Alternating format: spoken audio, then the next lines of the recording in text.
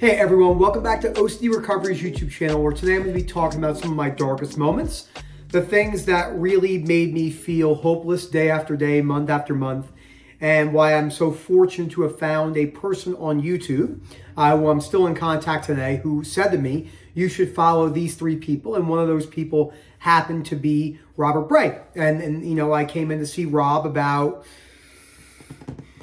maybe 5 or 6 months after chronic suffering. So I'm very fortunate that I wasn't suffering for years and years. I had pretty bad mild OCD through 2010 to 2020, but even though I was doing a lot of compulsive behaviors and avoidance behaviors, it wasn't really taking over my life like it did between 2019 and 2021. In those particular 2.5 years.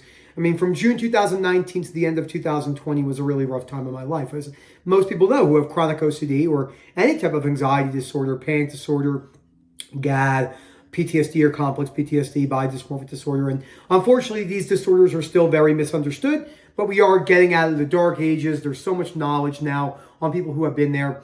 You know, I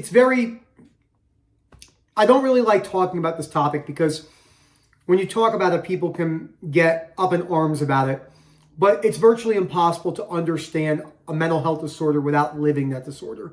Something I say to people all the time is, do I think I would have a better chance of getting most war veterans who have gone through severe PTSD better than most? I do, because of my belief systems on acceptance and what I do on a day-to-day basis. OCD and CPTSD are not that different. There are differences, but they're not so different where the tools of unconditional acceptance don't apply. The problem is the barrier of trust. So when you have someone that says to you, you know, this sounds really good, they're not maybe believing it because obviously they're hearing a lot of different things. And then they said to me, what was your time in the service? And I said, I've never been to war. Unfortunately, regardless if you give good information or not, that shuts the barrier on a lot of veterans because you don't have that bond, that brotherly bond as they call it. It's just difficult, just the reality of life in many ways. Addiction's the same way. So I'm going to talk about why it's so easy to relate to us and what I went through myself on those deep, darkest days. So, and again, if you're in those moments right now, please reach out, phil@ocdrecovery.com. We can help you. Please don't sit in silence. So for me, it started, well, that's not true. It became very chronic in 2019, June. That's when I had my light switch moment where I woke up in the middle of the night, had a panic attack about my tinnitus in my ear, and then that started chronic OCD from then on. But my dad died in March of 2018. And between March 2018 and June of 2019, things were getting pretty sketchy. I had a really bad seizure where I had forgot who I was, where I was. That actually was before. That first seizure I had was before my dad died because I forgot the type of cancer my dad had. I forgot where I was. It was not good. And then I had that was a conscious seizure, as they call them, or a partial seizure. Everything besides unconsciousness. Then I had a full-blown seizure in class.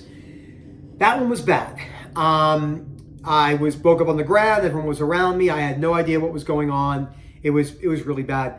I was biotin deficient, they believe. I was drinking raw egg whites, about 2 containers of raw egg whites, because of bodybuilding for a long time. Don't ask me why, idiot. Young and stupid.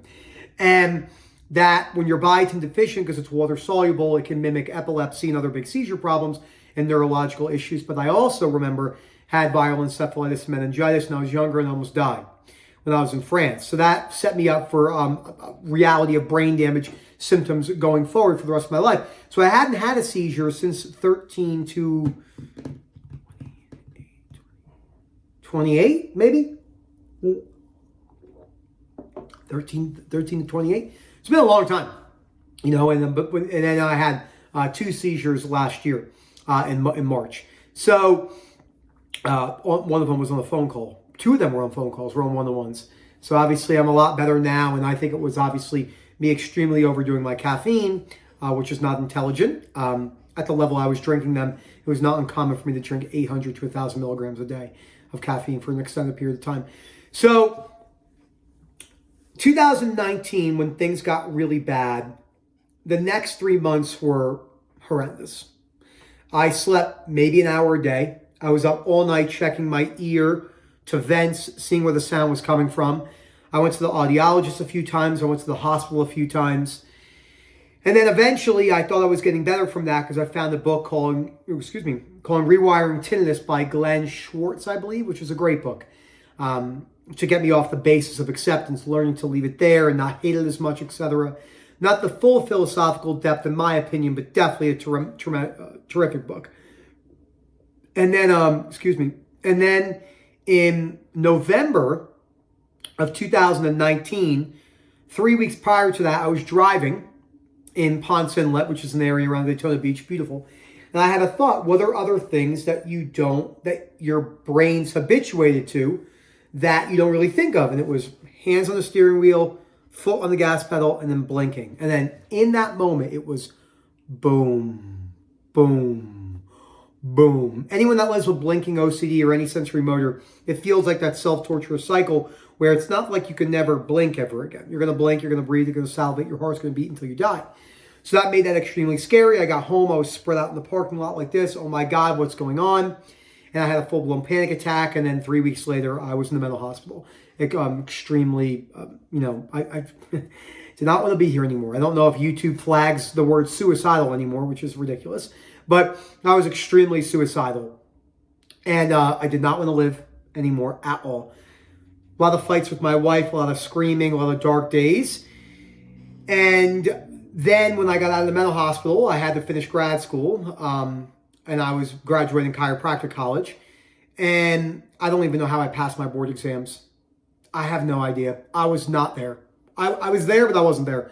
I was so blacked out from physical symptoms that I did not understand how the human body could do that. So that's why, we have to break down so many myths on like these big podcasts where people talk about how stress is so bad for your body. Of course, stress is not good for your body, but this we've overdone it. Like your body can more than likely handle a lot more than people say. That's not in a reassurance manner. It's just the truth. I'm not saying that you having high levels of stress wasn't problematic. I was losing my hair a little bit up in here. My psoriasis was getting a lot worse. You can only see patches of it here.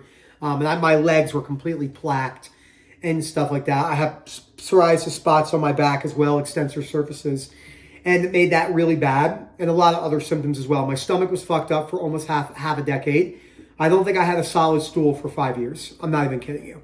All I had was explosive diarrhea, was farting all the time. My stomach was absolutely wrecked.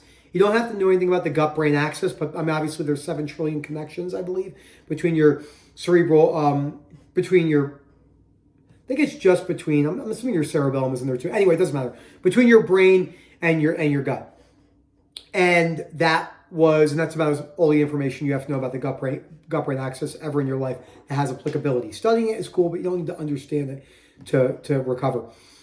And when I got out of the mental hospital and I moved to Colorado, I remember I was so scared because I had to do a 30-hour drive by myself with 24/7 sensory motor. Just me in the car and 24/7 sensory motor from South Florida to Colorado, which is about 2,100 miles.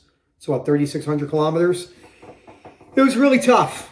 Really, really, really tough. And I had to stop on the side of the road. I had to pull off the highway, find a neighborhood, find the woods, and I had explosive diarrhea in the woods. I just didn't even care at that point. I didn't even go forward to the woods. I got out of my car, walked like 10 feet into the woods where people could see me, and just literally had explosive diarrhea. I just didn't care. Like I was so anxious that all I wanted to do was die. So I didn't care if someone saw me crapping in the woods. It didn't bother me at all.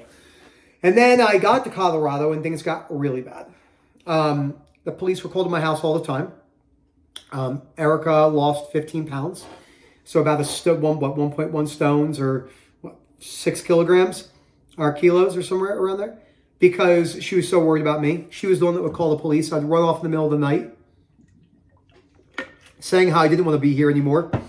I would remember because I live in Colorado Springs, which is different than Aspen where the really big mountains are. But I have plenty of mountain roads with 500-foot, 1,000-foot drops. I could drive my car straight off. I would go up and park my car at the cliff. And I would just say to myself, I'm going to roll off and kill myself.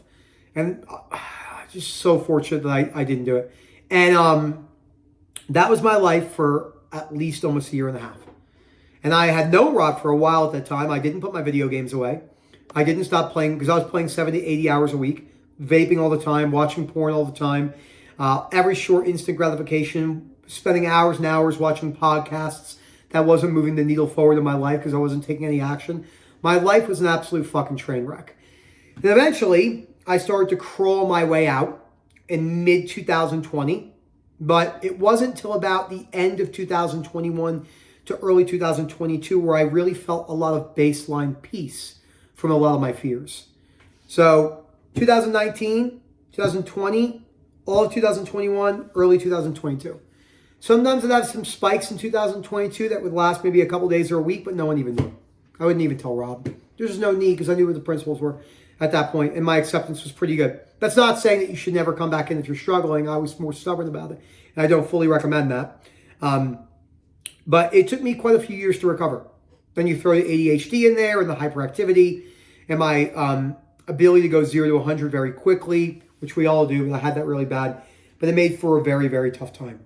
And now look at me today. You know, it's hard to even imagine going back to that place. It's hard to imagine anything happening in my life that would be so severe that I would end up back in the mental hospital. You can't say for sure, but it would be really tough. It would have to be insane. So, and then that's why the hope is there. So I hope you guys enjoyed this video. Please reach out, phil@ocdrecovery.com. Let me know what you think. Please don't sit in silence or in the dark. We can help you. Again, that is phil@ocdrecovery.com. That's how you get access to the WhatsApp groups or the coaching services. And we hope to hear from you soon. And as always, enjoy the rest of your day.